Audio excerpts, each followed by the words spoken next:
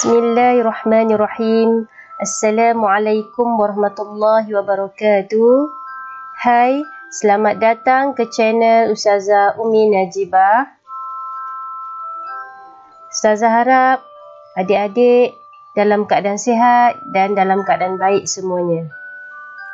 Dalam video ini, Ustazah akan mengajar bidang adab di bawah tajuk Jiran Sepakat Membawa Berkat. Sebelum kita pergi ke pembelajaran seterusnya, kita lihat dulu objektif pembelajaran. Di akhir pembelajaran, adik-adik akan dapat pertama, menyatakan maksud jiran dengan betul. Yang kedua, menerangkan hukum beradab terhadap jiran berdasarkan dalil nakli serta terjemahannya. Yang ketiga, menjelaskan hak-hak jiran dengan betul. Dan yang keempat, menyatakan kepentingan adab berjiran yang menepati syarak dengan betul. Seterusnya, siapakah jiran? Jiran ialah orang yang tinggal berhampiran dengan rumah seseorang dan disebut juga tetangga. Ya adik-adik, jiran ni orang di sebelah rumah kita, kiri, kanan, depan, belakang, dan ada yang mengatakan bahawa 40 buah rumah yang berdekatan dengan rumah kita itu adalah jiran. Okey ya. Seterusnya, ini adalah dalil yang menyatakan kita perlu beradab terhadap jiran. Okey. An Abi Hurairah radhiyallahu anhu anna Rasulullah sallallahu alaihi wasallam qala man kana yu'minu billahi wal yawmil akhir fala yu'zi jarah. Rawahul Bukhari wa Muslim. Maksudnya, daripada Abi Hurairah radhiyallahu anhu, bahawa Rasulullah sallallahu alaihi wasallam bersabda, man kana yu'minu billahi, sesiapa yang beriman dengan Allah, wal yaumil akhir, dan hari akhirat, fala yu'zi jarah, maka janganlah menyakiti jirannya. Riwayat Bukhari dan Muslim. Ya adik-adik, hukum kita beradab dengan jiran adalah wajib ya. Wajib beradab dengan jiran tanpa mengira agama dan bangsa. Berdasarkan hadis di atas ya, seseorang Muslim wajib beradab dengan jirannya tanpa mengira agama dan bangsa. Bahkan menyakiti mereka hukumnya haram dan berdosa. Baik adik-adik, Ustazah nak bertanya, apakah yang akan terjadi sekiranya kita tinggal bersendirian? Ya, adik-adik akan rasa sunyi kan? Jiran tak ada, kiri kanan tiada orang. Kita tinggal sebuah rumah di satu kampung, satu rumah kita saja. Apa yang kita dapat rasa? Sunyi kan? Yang kedua, kita sebenarnya sukar untuk mendapatkan bantuan. Sekiranya kita ada kecemasan ataupun kita ada kesusahan, kita sukar untuk mendapatkan bantuan daripada orang lain. Jadi itu pentingnya jiran. Baik adik-adik, seterusnya kita pergi kepada hak jiran. Hak jiran ni terbahagi kepada 3 kategori, iaitu perbuatan, percakapan dan emosi. Kita pergi kepada hak jiran dari segi perbuatan ya. Apa yang perlu kita jaga iaitu pertama, menghormati adat, budaya dan agama masing-masing ya. Jiran kita ni kadang-kadang terdiri daripada agama yang berlainan daripada kita. Ada agama Hindu, Buddha dan sebagainya. Jadi kita kena hormat adat, budaya dan agama masing-masing. Yang kedua, tidak menyakiti jiran kita. Ya, dari segi perbuatan. Yang ketiga, menziarahi jiran ketika mereka sakit. Ya, mereka sakit, kita lawat mereka, ziarah mereka. Okey, yang keempat, memberikan pertolongan jika diperlukan. Jiran kita dalam keadaan kesusahan ataupun memerlukan pertolongan daripada kita sebagai jirannya, jadi kita sebagai jiran perlulah menghulurkan pertolongan kepada mereka. Seterusnya yang kelima, melebihkan sedikit masakan dan diberikan kepada jiran. Ini siapa yang buat? Siapa yang buat sangat bagus ya.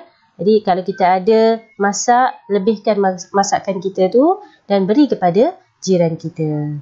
Okey, yang keenam, tidak mengganggu ketenteraman jiran. Sebagai contoh, apa dia? Kalau kita memasang ataupun kita menonton televisyen, pastikan televisyen yang kita tonton itu tidak terlampau bising ya. Dia punya volume. Jadi sekadar untuk didengari di dalam rumah saja, tidak mengganggu sehingga terdengar di jiran sebelah ya. Okey, yang ketujuh iaitu saling memaafkan dan bertolak ansur. Itu hak jiran dari segi perbuatan. Okey, seterusnya kita tengok hak jiran dari segi percakapan. Okey, apa yang kita perlu jaga haknya? Iaitu yang pertama, memberikan nasihat sekiranya mereka perlu ya.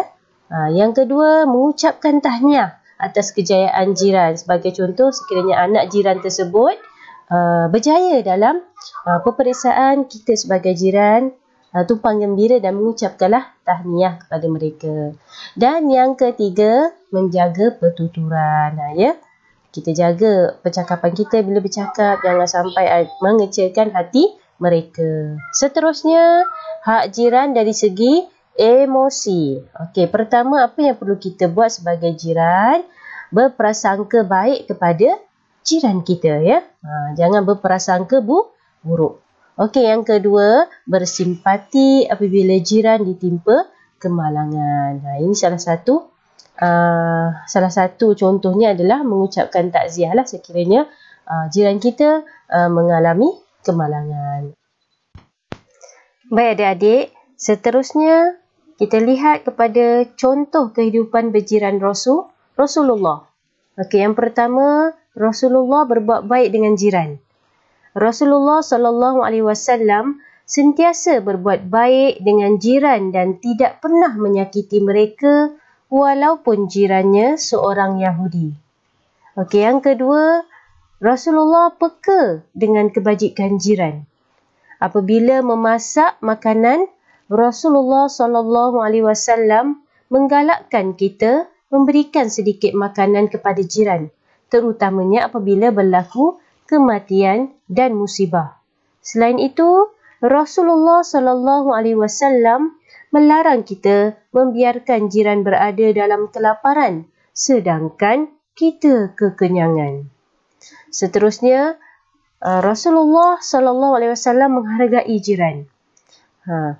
Iaitu Rasulullah SAW berpesan agar kita kerap memberikan hadiah kepada jiran dan mendahulukan jiran yang berdekatan.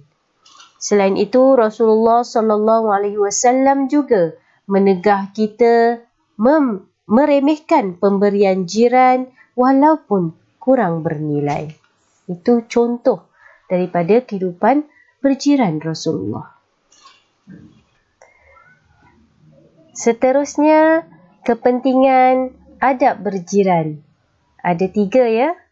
Kepentingan dari segi individu, kedua masyarakat dan yang ketiga negara. Kita tengok terlebih dahulu kepentingan beradab dengan jiran dari segi individu. Apa yang individu itu dapat?